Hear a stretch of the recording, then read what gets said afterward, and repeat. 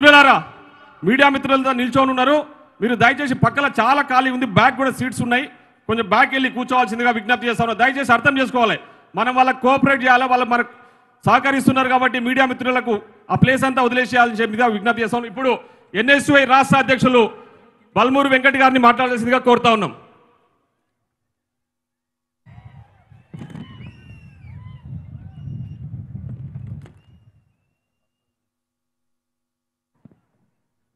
వేదిక పైన పెద్దలందరికీ, ఇక్కడ విచ్చేసిన నాతోటి కాంగ్రెస్ పార్టీ కుటుంబ సభ్యులకి, కాంగ్రెస్ పార్టీ అనుబంధ సంఘాలు SC, ST, BC, minority cell, మహిళా కాంగ్రెస్, అదేవిధంగా ఎస్టీ సెల్, జడ్చర్ల నియోజకవర్గ ప్రజలందరికీ పేరు పేరున, పత్రికా విలేకరులకి, మీడియా మిత్రులకి పేరు పేరున నా శిరస్సు వంచి పాదాభివందనాలు తెలియజేస్తున్నా.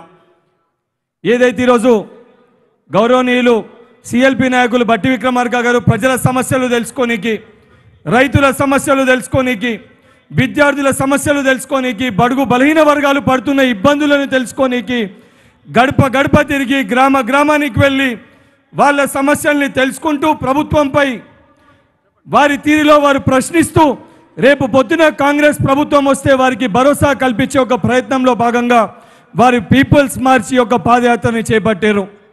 వారు చేపట్టిన ఈ యొక్క పాదయాత్రలో భాగంగా మహబూబ్ నగర్, ఉమ్మడి మహబూబ్ నగర్ జిల్లాలో జడ్చర్లలో వారి యొక్క పాదయాత్ర ముగింపు సభను ఈరోజు జడ్చర్లలో నిర్వహించడం జరిగింది.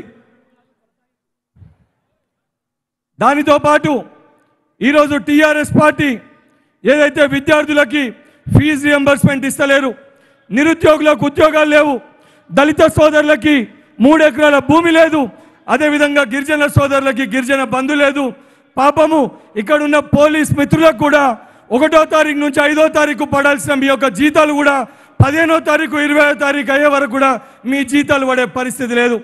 ప్రశ్నించే మీడియాలపైన కేసులు, ప్రశ్నించే విద్యార్థి నాయకులపైన దాడులు, ఎవరు ప్రశ్నించాలన్నా ఎవరు మాట్లాడాలన్నా ఒక దొర అహంకారంతో, ఒక దొర పరిపాలనతోటి ఈరోజు టీఆర్ఎస్ పాలన, ఒక రాజు, ఒక యువరాజు, యువరాణి, ఒక కోశాధికారి, ఒక రాజ్యంలో ఒక దొర పరిపాలనకి ఈరోజు తెలంగాణలో టీఆర్ఎస్ పార్టీ పాలిస్తుంది.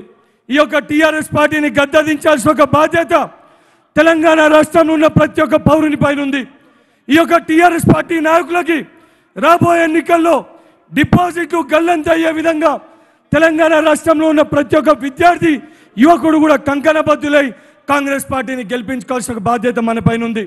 మొన్ననే ప్రియాంక గాంధీ గారు సరూర్ నగర్లో యూత్ డిక్లరేషన్ పేరుట చాలా స్పష్టంగా ఏదైతే నిరుద్యోగులకు కానివ్వండి, విద్యార్థులకు కానివ్వండి, యూనివర్సిటీలు కానివ్వండి, ఏదైతే ఆర్టీసీ పోలీస్ అధికారుల వాళ్ళకి సంబంధించిన వాళ్ళ పిల్లలకి యూనివర్సిటీలు కానివ్వండి, చాలా స్పష్టంగా ఏ విధంగా కాంగ్రెస్ పార్టీ అధికారంలోకి రాగానే 4,000 రూపాయల నిరుద్యోగ భృతి ఏదైతే 18 ఏళ్ళు నిండిన ప్రతి ఒక్క మహిళకి, చదువుకునే ప్రతి ఒక్క మహిళకి స్కూటీ ఇచ్చే విధంగా కానివ్వండి, దానితో పాటు ఫీజు రియంబర్స్మెంట్ కానివ్వండి, విద్యార్థులకి అండగా ఉండే విధంగా హామీలు రేపొద్దున కాంగ్రెస్ ప్రభుత్వం రాగానే ఇస్తామని చెప్పి హామీ ఇవ్వడం జరిగింది. ఈరోజు ఆ వాస్తవాలన్నీ కూడా ప్రతి ఒక్క విద్యార్థి దగ్గరికి, ప్రతి ఒక్క నిరుద్యోగి దగ్గరికి మనము తీసుకెళ్లాల్సిన బాధ్యత ఉంది. పాపం మన తాతలు అమ్మమ్మలు 2,000 రూపాయలు పెన్షన్ వస్తుంది, టీఆర్ఎస్ పార్టీకి ఓటేయాలనుకుంటున్నారు, వాళ్ళకి చెప్పాల్సిన ఒక బాధ్యత మన పైన ఉంది. తాత 2,000 పెన్షన్ నీకు ఇస్తుండు, నాకు ఇవ్వాల్సిన ఉద్యోగం నాకు ఇవ్వకుండా నా గొంతు కోస్తుండు, అదే ఉద్యోగం నాకు ఇస్తే 50,000 రూపాయలు నేను సంపాదిస్తే 5,000 రూపాయలు గర్వంగా తెచ్చి మన అమ్మమ్మని తాతయ్యని పోషించుకునే ఒక స్తోమత మనకు ఉంటుంది. ఇవన్నిటినీ కూడా ఏదైతే కాంగ్రెస్ పార్టీ చేపట్టిన, బట్టి గారు చేపడుతున్న పాదయాత్రలో ప్రతి ఒక్క యువకులు, విద్యార్థులందరూ కూడా పాలు పంచుకొని విజయవంతం చేయాల్సిందిగా కోరుకుంటూ నాకు ఈ అవకాశం ఇచ్చిన డిసిసి అధ్యక్షులు జిఎంఆర్ అన్న గారికి, అదేవిధంగా వేదికపై ఉన్న పెద్దలందరికీ మరొకసారి కృతజ్ఞతలు తెలియజేస్తూ ముగిస్తున్నాను. Thank you. అక్కడ బ్యాక్ సైడ్ ఉన్న మిత్రులందరూ కూడా ఇక్కడ రైట్ సైడ్, ఇక్కడ లెఫ్ట్ సైడ్ చైర్లు ఖాళీగా ఉన్నాయి, మీరంతా నిల్చొని ఉన్నారు. దయచేసి ఇక్కడికి లెఫ్ట్ సైడ్ వచ్చి కుర్చీలలో కూర్చోవాల్సిందిగా విజ్ఞప్తి చేస్తున్నాం.